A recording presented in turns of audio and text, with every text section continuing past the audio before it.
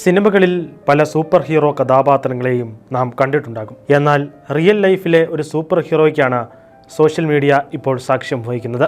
ബ്രസീലിലെ ഉമുവാരമ രൂപതയിലെ ഒരു ദേവാലയത്തിലെ വൈദികനായ ഫാദർ ഗബ്രിയേൽ ഹെൻറിച്ചാണ് സെക്കൻഡുകൾക്കുള്ളിൽ ഒരു സൂപ്പർ ഹീറോയായി മാറിയത്. വിശുദ്ധ കുർബാനയ്ക്കിടയിൽ ഒരു കൊച്ചുബാലൻ ഉയരമുള്ള അൾത്താരയിലേക്ക് തന്നെ നടന്നു കയറിയതോടെയാണ് സംഭവങ്ങളുടെ തുടക്കം. തന്നെ മുകളിലേക്ക് കയറിയ അവൻ സ്വന്തം താഴേക്കിറങ്ങാനായി സാമാന്യം താഴ്ചയുള്ള ഒരു ഭാഗത്തേക്കാണ് നടന്നെടുത്തത്. ഈ സമയം ഒന്നും നോക്കാതെ ഇരിപ്പിടത്തിൽ നിന്നും ഓടി കൊച്ചുബാലനെ കൈകളിലെടുക്കുകയായിരുന്നു ഈ വൈദികൻ. വേദിയിലിരിക്കുന്നവർ ഇത് കണ്ട് ചിരിച്ചെങ്കിലും ഒരു വലിയ അപകടം സംഭവിച്ചേക്കാവുന്ന ഒരു സാഹചര്യമായിരുന്നു ഇത്.